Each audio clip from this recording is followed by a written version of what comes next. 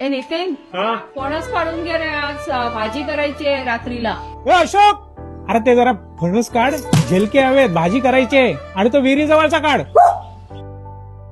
नाही, भाजीला तो ठराविक फणसच लागतो ना. बरं, भाजीला फणस नुसता काढून चालत नाही, वरनं कापला आणि पडला खाली. तो पडला की काय होतं, एक तर फुटतो, त्याच्यामुळे त्याच्यात कचरा जातो. फुटला की गरा काही वेळाने कडू होतो. आता फणस काढला आणि संध्याकाळी भाजी करायची असेल तर ते गरे कडू होतात, म्हणून ते झेलकेच काढायला लागतात. झेलके म्हणजे वरती चढायचं आणि त्या फणसाला दोर बांधायचा आणि मग तो कोयतीने तोडायचा, म्हणजे तो हळूहळू खाली उतरवतात. पण आपल्याला भाजीला पिका फणस नको.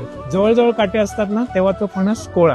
काटे ओपन व्हायला लागले की समजायचं की फणस आता पिकत चालला. थोडंसं वाजून त्याचा डोबडब असा आवाज आला की तो फणस खायला योग्य झाला. लाकूड म्हणाल तर आंब्यापेक्षा पणसाचं लाकूड चांगलं. पणसाचं लाकूड जास्त टिकतं, साधारण 200 वर्ष 300 वर्ष जुनं पणसाच्या लाकडाचं बाल किंवा वासे आहे. पण आंब्याच्या लाकडाला लगेच गोणा किंवा कीड लागू शकते. आंब्याच्या लाकडाची खासियत अशी आहे की आंब्याच्या झाडाचा घेर खूप मोठा असतो, त्यामुळे जनरली माडीवरच्या किंवा मेझोनाईन फ्लोर आपण जे म्हणतो त्याच्या फळ्यांसाठी आंब्याचा उपयोग जास्त केला जातो. त्या अर्थात एक 10, 12, 15 वर्षांनी बदलायला लागतात, पण रुंदी तुम्हाला भरपूर मिळते आणि लांबी पण मिळते.